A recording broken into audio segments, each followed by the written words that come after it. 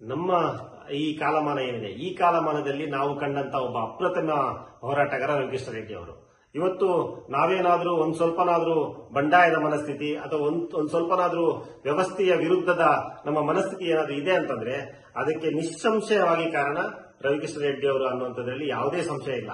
ಇವತ್ತು ಈ ಹಿಂದೆ ಆಗ ಇನ್ನು ಫೇಸ್ಬುಕ್ ಇರಲಿಲ್ಲ, ಈ ರೀತಿ ಫೇಸ್ಬುಕ್ ವಾಟ್ಸ್ಆಪ್ ಇರದೇ ಇರುವಂತಹ ಸಂದರ್ಭದಲ್ಲಿ ರವಿಕೃಷ್ಣ ರೆಡ್ಡಿ ಅವರು ವರ್ತಮಾನ ಅನ್ನುವಂತ ಒಂದು ಅಂತರ್ಜಾಲ ಮಾಧ್ಯಮವನ್ನು ಸೃಷ್ಟಿ ಮಾಡ್ತಾರೆ.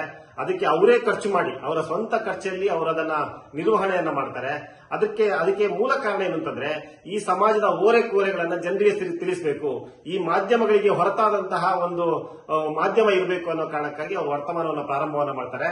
ಆ ಮೂಲಕ ನಾನು ಕರಾವಳಿಯ ಕೋಮುವಾದ, ಕರಾವಳಿಯ ಜಾತಿವಾದ, ಆನಂತರ ಕರಾವಳಿಯಲ್ಲಿ ನಡೀತಾ ಇರುವಂತಹ ಬೇರೆ ಬೇರೆ ಮಾಫಿಯಾಗಳು ಇವೆಲ್ಲವನ್ನ ಕೂಡ ನಾನು ಆ ವರ್ತಮಾನದ ಮೂಲಕ ರವಿಕೃಷ್ಣ ರೆಡ್ಡಿ ಅವರ ಮೂಲಕ ನನ್ನ ಕಂಟೆಂಟ್ ಅನ್ನ ಅವರೇ ತಿದ್ದಿ ಅದಕ್ಕೆ ಒಂದು ಶೇಪ್ ಅನ್ನು ಕೊಡ್ತಾ ಇದ್ರು ಆಕಾರದಲ್ಲಿ. ನಾನು ಆಗ ಇನ್ನಷ್ಟೇ ಪತ್ರಿಕೋದ್ಯಮಕ್ಕೆ ಬರ್ತಾ ಇದ್ದಂತ ಸಂದರ್ಭ. ಅದನ್ನು ಅವರು ಕೊಡುವ ಮೂಲಕ ಇಡೀ ಕರಾವಳಿಯ ಸಮಸ್ಯೆಯನ್ನ ರಾಜ್ಯ ಮಟ್ಟಕ್ಕೆ ಕೊಂಡೊಯ್ಯಲಿಕ್ಕೆ ರವಿಕೃಷ್ಣ ರೆಡ್ಡಿ ಅವರ ಪಾತ್ರ ಬಹಳ ದೊಡ್ಡದು. ಆನಂತರ ನಾವು ಜನನುಡಿಯನ್ನು ಪ್ರಾರಂಭ ಮಾಡ್ತೀವಿ. ಆಳ್ವಾಸ್ ನುಡಿಸಿರಿಗೆ ವಿರುದ್ಧವಾಗಿ ಜನನುಡಿಯನ್ನು ಪ್ರಾರಂಭ ಮಾಡ್ತೀವಿ. ಅದು ಸೇಮ್ ಟೈಮ್ ಧರ್ಮಸ್ಥಳದಲ್ಲಿ ನಡೀತಾ ಇದ್ದಂತಹ ಮಾಫಿಯಾಗಳಿಗೆ ಪೂರಕವಾಗಿ ನಡೀತಾ ಇದ್ದಂತಹ ಕೆಲವೊಂದು ಸಮ್ಮೇಳನಗಳಿಗೂ ಕೂಡ ಅದು ಪರ್ಯಾಯ ಸಮ್ಮೇಳನ ಆಗಿ ಜನನುಡಿ ಇಡೀ ರಾಜ್ಯಾದ್ಯಂತ ಒಂದು ಖ್ಯಾತಿಯನ್ನ ಪಡೆಯುತ್ತದೆ, ಇಡೀ ರಾಜ್ಯಾದ್ಯಂತ ಮೆಚ್ಚುಗೆಯನ್ನು ಪಡೆಯುತ್ತದೆ. ಅದರ ಹಿಂದೆ ರವಿಕೃಷ್ಣ ರೆಡ್ಡಿ ಅವರ ಒಂದು ಆಲೋಚನೆಗಳು, ರವಿಕೃಷ್ಣ ರೆಡ್ಡಿ ಅವರು ಹಾಕಿಕೊಟ್ಟಂತಹ ವೇದಿಕೆ ಕೂಡ ಅದಕ್ಕೆ ಕಾರಣ. ಅದು ವರ್ತಮಾನದ ಮೂಲಕ ಪ್ರಾರಂಭ ಆಯಿತು. ಆನಂತರ ನಾನು ಅವರಲ್ಲಿ ಗಮನಿಸಿರುವಂತದ್ದು, ಅವರು ನನ್ನ ಹಿಂದ್ಗಡೆ ಜನ ಬೇಕು, ನಾನು ಜನ ಇದ್ರೆ ಮಾತ್ರ ಹೋರಾಟವನ್ನು ಮಾಡ್ಲಿಕ್ಕೆ ಸಾಧ್ಯ ಅನ್ನೋ ಮನೋಭಾವ ಇರುವಂತಹ ಹೋರಾಟಗಾರರಲ್ಲ. ಅವರು ಏಕಾಂಗಿಯಾಗಿ ಒಂದು ಸರ್ಕಾರವನ್ನು ಮಣಿಸುವಂತಹ, ಒಂದು ವ್ಯವಸ್ಥೆಯನ್ನು ಮಣಿಸುವಂತಹ ಒಂದು ಹೋರಾಟದ ಛಲ ಇರುವವರು. ಅದನ್ನ ನಾವು ಎಲ್ಲರೂ ನೋಡ್ತಾ ಇದೀವಿ, ಅದನ್ನ ಏನು ಹೇಳಬೇಕಾಗಿಲ್ಲ. ನಾನು ಜೈಲಿಗೆ ಹೋದಂತಹ ಸಂದರ್ಭದಲ್ಲಿ ಕೂಡ ಆರ್ಎಸ್ಎಸ್ ನ ಬಣ್ಣವನ್ನ ಬಯಲು ಮಾಡಿದೆ ಅನ್ನೋ ಕಾರಣಕ್ಕಾಗಿ, ನೈತಿಕ ಪೊಲೀಸ್ಗಿರಿಯನ್ನ ಬಯಲು ಮಾಡಿದೆ ಅನ್ನೋ ಕಾರಣಕ್ಕಾಗಿ ನನ್ನನ್ನ ಬಿಜೆಪಿ ಸರ್ಕಾರ ಸುಮಾರು 4.5 ತಿಂಗಳ ಕಾಲ ಜೈಲಲ್ಲಿತ್ತು.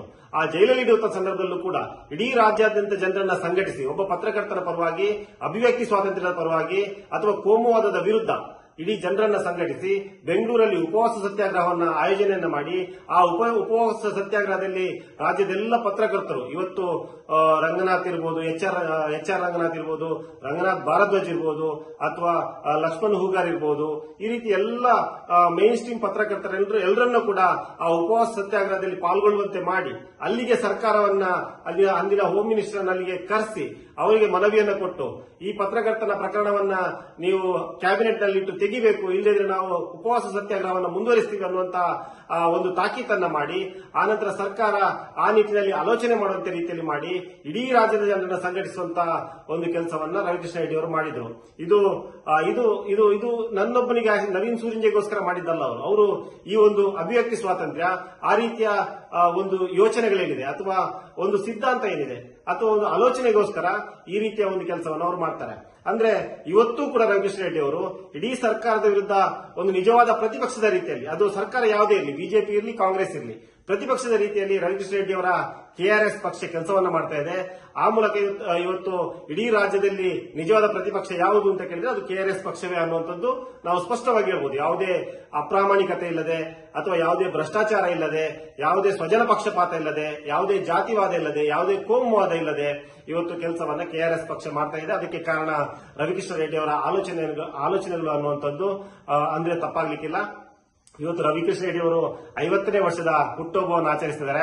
ಅವರು ಖಂಡಿತವಾಗಿಯೂ ಕೂಡ ಹುಟ್ಟುಹಬ್ಬ ಆಚರಿಸುವಂತಹ ವ್ಯಕ್ತಿ ಅಲ್ಲ.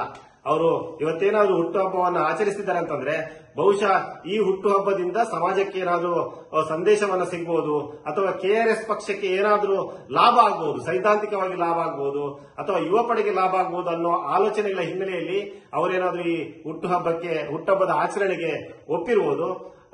ಏನಾದ್ರೂ ಕೂಡ ರವಿಕೃಷ್ಣ ರೆಡ್ಡಿ ಅವರ ಹುಟ್ಟು ನಮಗೆಲ್ಲ ಸಂಭ್ರಮ. Happy birthday Ravikrishna Reddy sir.